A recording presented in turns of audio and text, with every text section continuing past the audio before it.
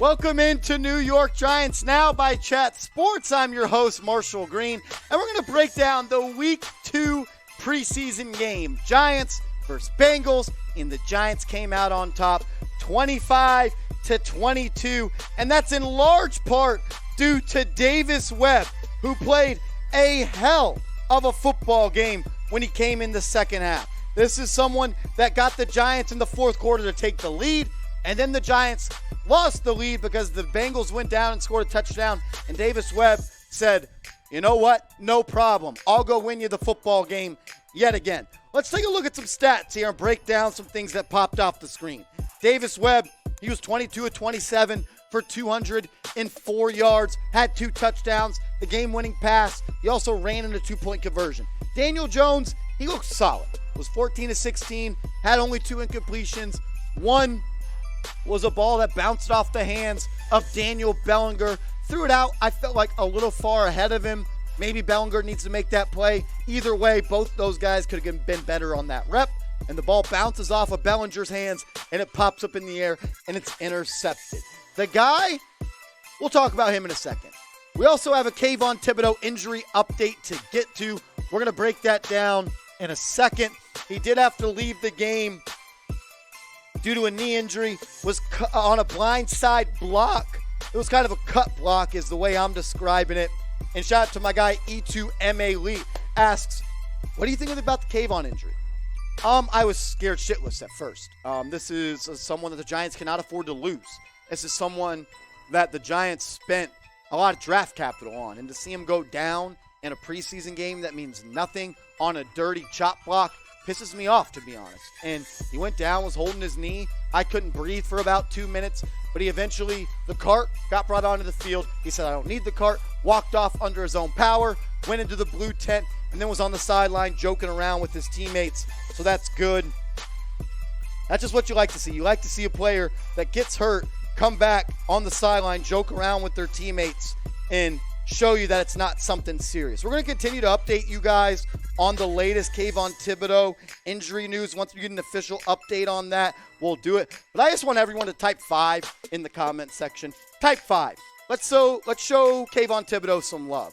You know he's hurting right now. He's a rookie. Got hurt in the second NFL game. Let's type 5 in the comment section to show our guy Kayvon Thibodeaux some love. You never want to see anybody get hurt, especially not a rookie. And today that happened to Kayvon Thibodeaux. As soon as we get an update, we'll give you guys an update as soon as we get one. I promise you that. We couldn't go through today's show, though, without talking about Alex frickin' Bachman. He balled out. Not only was he great as a receiver with, let me check the exact numbers. I think it was 11 catches, 122 yards, 11 yards per catch. He had 2 touchdowns. And not only did he do that, he had the game-winning touchdown and the go-ahead touchdown in the fourth quarter.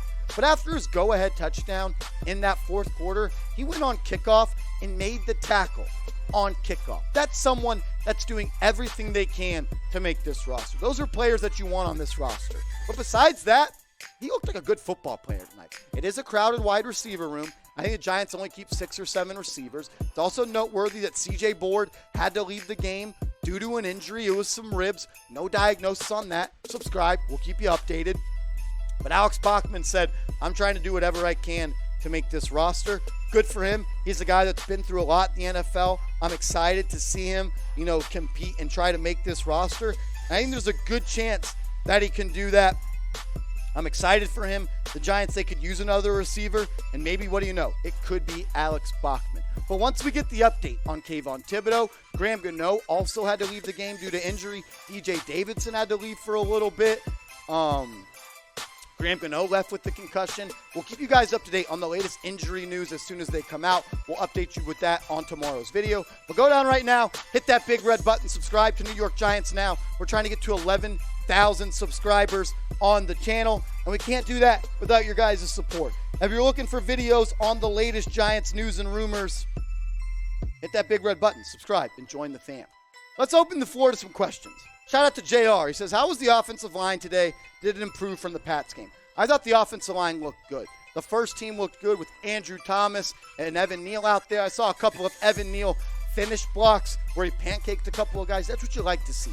Week 1, maybe struggled a little bit in pass protection. Gave up that sack. I had him at 18 snaps in week 1, 12 positive reps, 2 negative reps, as well as 4 neutral reps. I thought he looked good tonight. Haven't obviously gotten a chance to go back and look at the film. I'll do that before tomorrow's video. But I thought he looked good. I thought pretty much all of the offensive line looked good. There was a couple of bad snaps with Davis Webb under center. So, gotta want to see an improvement in that. But overall, I thought the offensive line looked good. Des Powell, what up, man? Does Davis Webb have a chance to take the QB2 spot? I don't really think that's a thing. I think Davis Webb is going to make this roster. And I think he was guaranteed a roster spot when he came over from Buffalo to New York, because there was rumors once Shea Tierney left the Buffalo Bills as an assistant QB coach to come be the QB coach for the New York Giants, that Davis Webb was going to get that job. And when I think the Giants recruited him to come be that third QB, they said, hey, look, we will guarantee you a roster spot for the 2022 NFL season. And he's earned it. Played great in week 1, played great in week 2. This is someone that's led 2 fourth-quarter comebacks, 22 for 27 tonight, 204 yards, 2 touchdowns. I just like the trust that you see from Brian Daboll with Davis Webb.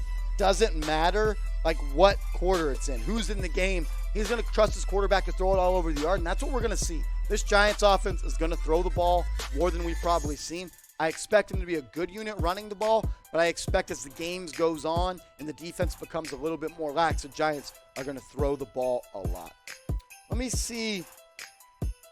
From Brandon, he says, will Wan'Dale Robinson get 800 receiving yards? So Wan'Dale hasn't really done anything too explosive in the first couple of preseason games. Had 3 catches tonight for -3 yards, 2 screen passes, and a push pass. I don't think the Giants want to show too much early on in the preseason.